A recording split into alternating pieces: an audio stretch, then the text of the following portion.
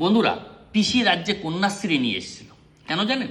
যাতে গরিব ছাত্রীরা স্কুল ছুট না হয়ে বিয়ে না হয়ে যায়, মানে বাল্য বিবাহ রোধ করার জন্য। কিন্তু বিশ্বাস করুন, গুগলে আজকেও সার্চ করে দেখতে পারেন, পশ্চিমবঙ্গ 1 নম্বরে আছে।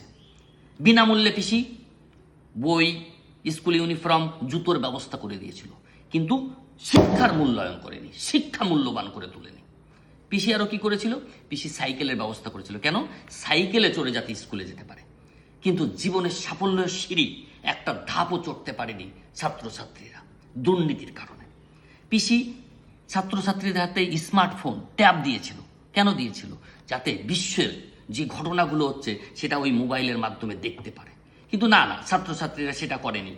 ট্যাবে, ফেসবুকেতে আর রিলেই আটকে গেছে। আমি আমাদের মাননীয় মুখ্যমন্ত্রী এবং শিক্ষামন্ত্রীকে বলতে চাই, আমাদের যে এই ভেঙে পড়া পশ্চিমবঙ্গের ভেঙে পড়া শিক্ষা ব্যবস্থাকে ঘাড় ধরে তুলুন। কারণ এই শিক্ষার মাধ্যমেই একজন গরিব, আর্থিকভাবে যারা দুর্বল, সেই ব্যক্তিটা আর্থিকভাবে চাকরির মাধ্যমে, শিক্ষার মাধ্যমে সবল হতে পারে। তাই এই ভেঙে পড়া শিক্ষা ব্যবস্থাকে প্লিজ একটু নতুন করে সাজান, যাতে সরকারি স্কুলে মানুষ যেতে সাহস পায় আর ভাবে যে সরকারি স্কুলই হলো আসল শিক্ষার মূল কেন্দ্র। জয় শ্রীরাম।